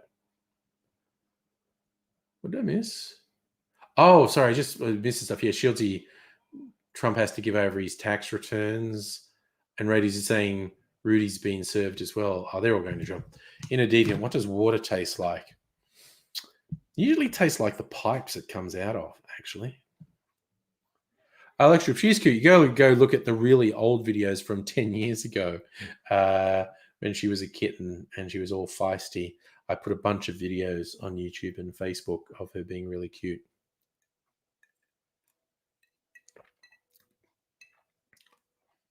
Oh, that's good. Got the little, you get the bitterness really late. I love when the drink is more than one thing. That's why I like cocktails, because a good cocktail, it's more than one taste.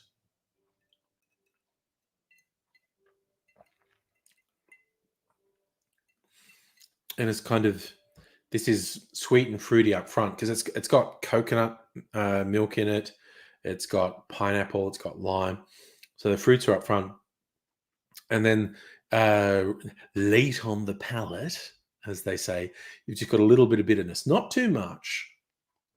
But it's nice to have the it's nice to have the contrast of the sweet and the bitter. And I actually think I could substitute. I could make a Negroni with this. Instead of using Campari, use this and then build a Negroni around it. Might do that. Like, why she's never on live stream? Because she's really fucking timid. Even we've had her for 10 years. She acts like I'm going to murder her. But she'll sit next to me sometimes. Sometimes she's real in a mood. She likes being patted and whatnot. But she never comes in here. Mimsy used to, but I think Mrs. Angry's playing games next door. She's playing Assassin's Creed Valhalla. And Mimsy likes to just sit next to her on the lounge. Mimsy's really sooky. Mimsy used to come in here and sit in here, but Shadow never did. Yes, Sunbear, adopt, don't shop. Never buy from breeders. You'll get this thing, no, I'm a good breeder. I'm an ethical breeder. And 99 times out of 100, it's bullshit. It's also too expensive. Get rescue pets. Whatever sort of pet you want. Adopt, rescue from an animal shelter. Both Shadow and Mimsy are rescue cats, and definitely do it. And Raiders, yes, I think Trump has been filling his nappy more than usual this week. Well, because he knows he's a criminal, and he's just been a criminal with impunity for more than 4 decades now. So the idea that it's going to catch up to him now, he's terrified because he fucking knows he's a criminal.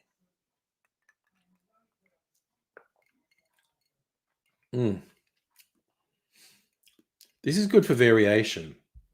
I probably like the other one more. But the little bit of bitterness is not bad. I definitely think I'm going to build a Negroni around this. See how it goes. Oh my God, I saw someone, I found a new cocktail channel on YouTube and watched their videos. And she made a cocktail where she did a tea infusion in cognac. And then she fat washed that with butter. And then she milk clarified it. So it's infused, fat washed, and clarified. I'm going, oh my God, you've gone completely mad. But I want to do that now. Yeah. Someday you want to rescue turkey. That would be fun. Although I particularly turkeys bred in captivity are supposedly really stupid. But who knows? Yeah, Raiders, the other fun thing about trumping out of office, the Justice Department always had this thing about you can't prosecute a sitting president. You can prosecute an ex-president, though. There you go. Abigail, you think Trump is such a narcissist he genuinely doesn't believe anything he did wrong. You may be right, but I think there's this split down the middle of Trump's brain, and half of it, the narcissism just says, you're perfect, you're wonderful, everything is right. And the other half actually knows how fucked he is. And I think they have different levels of dominance on different days. In a deviant, you think turkeys are evil, get a rescue cow or horse. Would not fit in my backyard. Oh, okay, Raiders, fat washing. Okay, kids, learn use some cocktail technique now. There's a technique to infuse flavor into spirits or liqueurs called fat washing. And you get whatever sort of fat. It can be butter. It can be like bacon fat. It can be olive oil. It could be coconut oil. Basically, you get liquid fat. So if it's butter or coconut oil, you heat it up so it liquefies. If it's olive oil or what's the other one I said? Something else that's already liquid. Anyway, so coconut oil you have to liquefy. Bacon you have to cook. And so you've got this oil, fat, from whatever it comes from, and then you add that to the spirit you want to infuse. So a lot of people are into, and I've made bacon fat washed bourbon because the bacon flavor goes really well with bourbon. Some people do like coconut oil with rum. And this video I saw, she did butter with cognac. And like I said, some people do it with olive oil as well. So you basically, you liquefy the fat and then you pour it into the spirit. Make sure it's, you do a little bit of mix. Of course, it's going to separate. But then you put it in the freezer. So the fat or oil solidifies, and it's usually quite easy to separate from the spirit then. You filter it, but because you've frozen, the spirit won't freeze, but the fat will. And so it's very easy to separate the fat and the spirit. And then the spirit has been infused with the flavor of the fat you put in. So, like what this video I was watching, she did cognac with butter because she wanted the cognac to have this buttery sort of flavor and mouthfeel. Like I said, it's very popular to do bacon fat with bourbon, which I've actually done, and it was pretty good. And yeah, like coconut oil and rum is one a lot of people do. So the spirit's then like infused with that flavor, and it's got some of the consistency, and it just takes it to a whole new level. So yes, Locust Trip. You only just noticed my huge mic. I'm sure I've signed it up. It's a Blue Yeti, so it's pretty big. That's what she said. Yes, I decided webcam mics suck, so I got a plug-in mic. And it was the weird ham tasting thing we had on New Year's Eve. I think that was my bacon fat washed bourbon, which of course Abigail didn't want because she's vegetarian. Weak.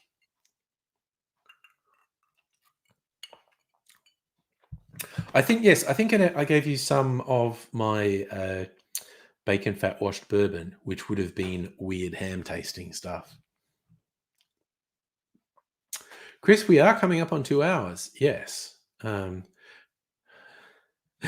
we say that ham, I remember we were saying the ham tasting stuff. It made me think of two things. It was like, I think it's in Arrested Development. There's this whole subplot where someone wants. No, I think it's Always Sunny. It's either Arrested Development or Always Sunny in Philadelphia. Someone wants to sell hot ham water.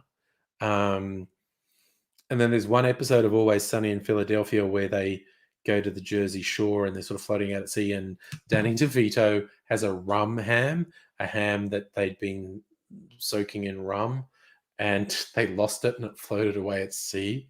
Then Danny DeVito plaintively calling out, "Rum ham, no!" Who was it who had hot ham water? I bet I can put this into Google and it'll come up.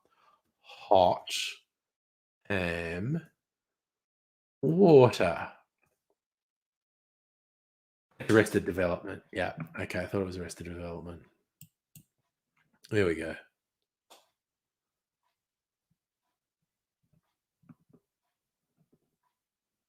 So, no, Kirsten, no, you remembering right. It was the cider. Jesus Christ.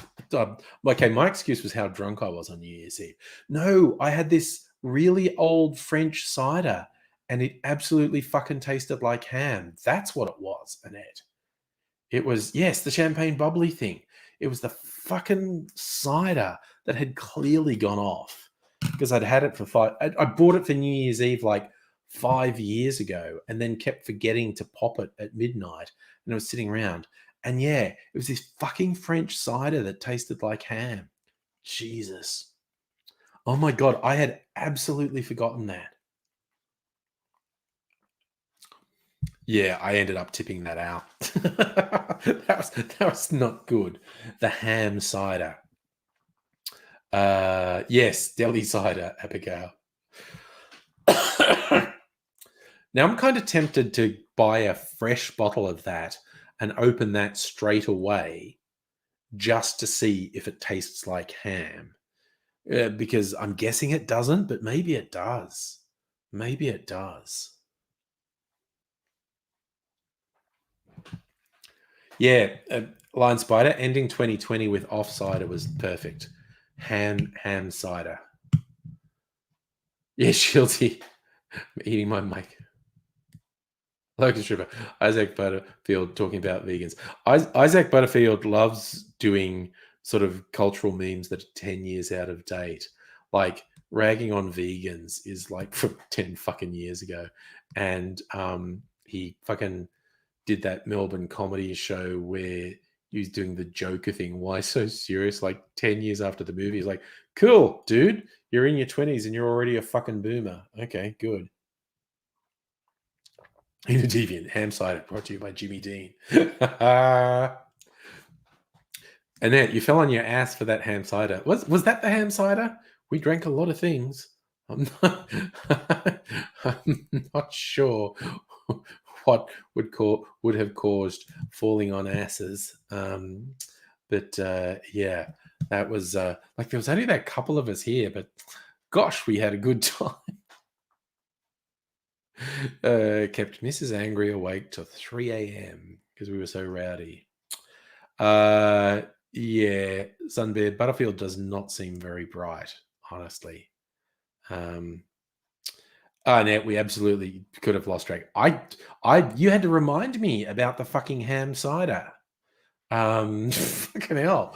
I had probably that was my brain trying to protect me from a traumatic memory. I had absolutely forgotten about the ham cider.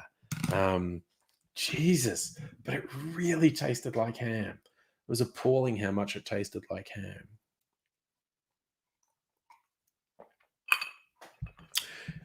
It was clearly a very big risk to drink it. It didn't drink that much of it.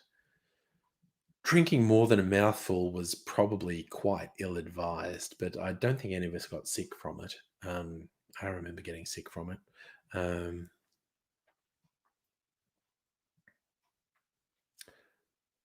That is true, Annette.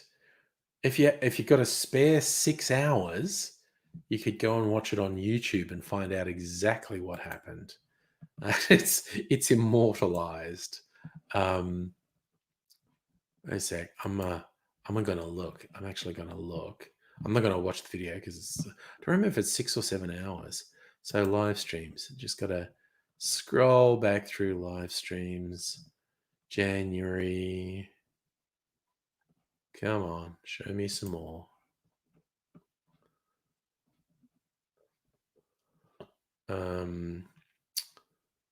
January, where are we? January 7, January. New Year's Eve party is how long? It's over 6 hours long. Jesus. So you've really got to fucking be up for it. I was just doing marathons. I'm just looking around there. Christmas Day, I did a 4.5 hour one. Boxing Day, I did a 5 hour one. December 27th, 3.5 hours. December 29th, over 3 hours. Then New Year's Eve was over 6 hours. Then the next day was 3 hours. And then 2.5 hours. Then I settled down. No, then I did one 3.75 hours. And then one that was 4.5 hours. But since then, oh no, fucking hell. Of course, Friday nights. I always do fucking 6 hour streams on Friday nights. What the fuck is wrong with me? Oh well. Oh, I do remember that. Yes, and the chair disappearing from it. It had wheels. It was the chair's fault.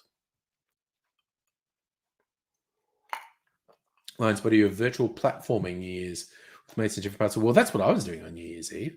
It's having a big online New Year's Eve party. And the kids are still asking why you were yelling boobs at one point. Pfft, who knows? Who knows? Hey, Stella, thank you for jumping in and saying hi just before I go to bed. A few minutes before bedtime. Yes, Arthur, that's what the last year has been about. Acknowledging that most of us are staying home, and so doing streams so it can actually hang out. Sort of maintain social skills, maintain the ability to talk to people. That's what it's all about. Oh, God, good thing we don't have data limits anymore. Jesus. Early days of Australian internet was so fucking fraught. All right, so both of those clarified cocktails are good, but I think I definitely want to make a Negroni with this as a substitute for Campari. On Spidey, you got to get yourself a webcam. God, they got hard to get with fucking everyone working from home as well. Like the companies that did well, all the home goods stuff, like people buying, I bought a fridge, people buying big freezers to stock up food, people buying big TVs to entertain themselves, people buying webcams and laptops and screens so they could work from home. Now I've got the hiccups. Oh, Jesus. Oh, Oh, God. I really have to go to bed now. Now this shit started. Locust Trooper, I know almost nothing about Isaac Butterfield. I don't think I've ever watched one of his videos. I'm just not interested in Isaac Butterfield. In a Deviant, the best thing about Australia, I think it's a good mix of opportunity and being a bit more relaxed than really big cities like big American cities or London or something like that. Like pretty good opportunity here without the stress of really big things. Got a pretty good climate, pretty good environment, broadly pretty good people, whatever. Now it's not COVID, it's just something went down the wrong way. I'm a little bit phlegmy down here. But yes. Lion Spider, gotta get dressed for the youngest daughter's school formal. Yes, I got it. Locust Trooper, COVID-19 will never be over. It will start to be more manageable by halfway through this year, I think. Never be over. It'll be part of the annual flu season. But we'll have both treatments and vaccines that reduce the danger. So, but I think things will start to get better halfway for richer countries halfway through this year. Yes, Kirsten, the booze is the best part about Australia. Australian-made booze, fucking quality shit. Half of this over here is Australian. It's probably an exaggeration, but there are a lot of Australian bottles over there. And Sunday, we're not totally fucked up by religion. That's pretty good too. Yes. Worst thing, the isolation, the racism. It's racism everywhere, but racism is. And yes, we've got a big bloody moat, Lion Spider, which fucking helps. Anyway, I'm going to see you fabulous people another day, probably tomorrow. So I hope you'll look after yourselves. I'm going to go to bed. Just going to check that my cocktail video is uploaded properly. And I'll see you all again, as I said, probably tomorrow. Locust Trooper, international travel back, not before 2022. Night all. Night to see you.